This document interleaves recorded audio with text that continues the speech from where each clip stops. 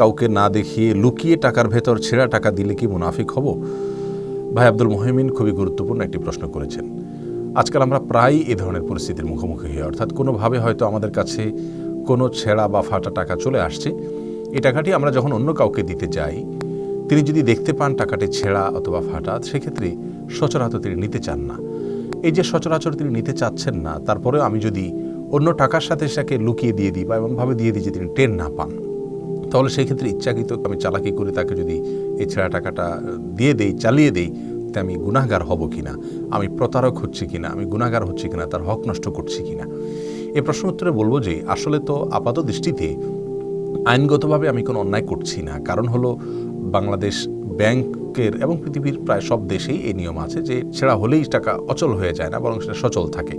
এবং বাংলাদেশ ব্যাংকের নিয়ম অনুযায়ী 51% বেশি যদি কোনো টাকা ছেঁড়া হয়, তাহলে সেক্ষেত্রে সেই টাকার মূল্যমান কমে যায়। অর্থাৎ সেটা ফেরত দিতে গেলে ব্যাংকে, বাংলাদেশ ব্যাংকে বা কোনো ব্যাংকে ফেরত দিতে গেলে সেটার টাকা কিছুটা কম পাওয়া যাবে ওইটার ক্ষতির হার অনুপাতে। আর যদি 51%-এর চাইতে কম হয় ছেঁড়া, তাহলে সেক্ষেত্রে পরিপূর্ণভাবে টাকা মূল্যমান থাকে, কোনো মূল্যমান কমে না। এই অনুযায়ী আসলে তো উচিত ছিল ছেঁড়া টাকা নিতে অস্বীকৃতি না জানানো, কিন্তু যিনি নিচ্ছেন তিনি নিজে হয়তো অস্বীকৃতি না জানান, কিন্তু তিনি তো আরেকজনকে দিতে পারবেন না, আরেকজন তার কাছ থেকে নিবে না।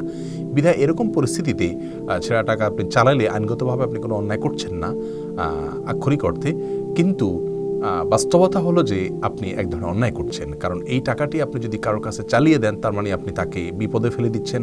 তিনি যদি আপনার এই টাকার যে ত্রুটি, এটা যদি তিনি জানতেন তাহলে নিতেন না। কারোর সাথে লেনদেন হলে আপনার পণ্য, সেখানে কোনো ত্রুটি যদি আপনি থাকে, সেটা যদি আপনি লুকান, তাহলে এটা গুনাহের কারণ হয়, সেটা জায়েজ নেই, এটা অসাধুতা, এটা প্রতারণা। নবী সাল্লাল্লাহু আলাইহি ওয়াসাল্লাম বলেছেন, মান গাশশা ফালাইসা মিন্না, যে ব্যক্তি প্রতারণা করবে কারোর সাথে, সে আমার উম্মত হতে পারে না। সেজন্য লেনদেনের ক্ষেত্রে আমাদেরকে দেখতে হবে যে এই পণ্যটার যে দোষ আছে সেটাকে আমাদের সমাজ দোষের মনে করে কিনা। আমরা দেখি যে আমাদের সমাজ দোষের মনে করে এবং এই ছেঁড়া টাকাটা কেউ নিতে চাইবে না, ওই লোকটা বিপদগ্রস্ত হবে। বিধায় ছেঁড়া টাকাকে লুকিয়ে দেওয়া অথবা চালিয়ে দেওয়া, চালাকি করে, এটা জায়েজ নাই। হ্যাঁ, আপনি জানেন না, চলে গেছে, সেটা ভিন্ন কথা।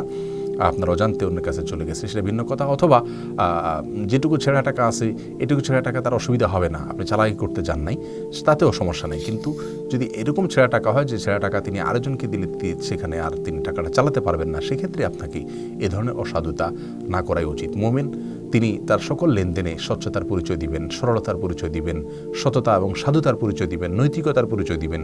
তিনি অন্য কাউকে বিপদে ফেলবেন না, অন্য কেউ কোনো প্রকার সমস্যায় পড়ুক সেরকম কোনো কাজ তার সাথে করবেন না। বিশেষ করে লেনদেনের ক্ষেত্রে অন্য কোনো মানুষের ক্ষতি হয় সেরকম যেন তিনি না করেন। নবী সাল্লাল্লাহু আলাইহি ওয়াসাল্লাম এরকম লোকের প্রশংসা করেছেন যে ব্যক্তি কেনা বেচায় এবং সকল লেনদেনে যে ব্যক্তি কোমলতা অবলম্বন করে। আপনি চালাকি করে কাউকে ত্রুটিযুক্ত জিনিসটা, টাকাটা ঢুকাই দিলেন, এটা কিন্তু তার প্রতি এক ধরনের অসততা হলো, অনৈতিকতা হলো, এটা মুমিনের চরিত্র হতে পারে না।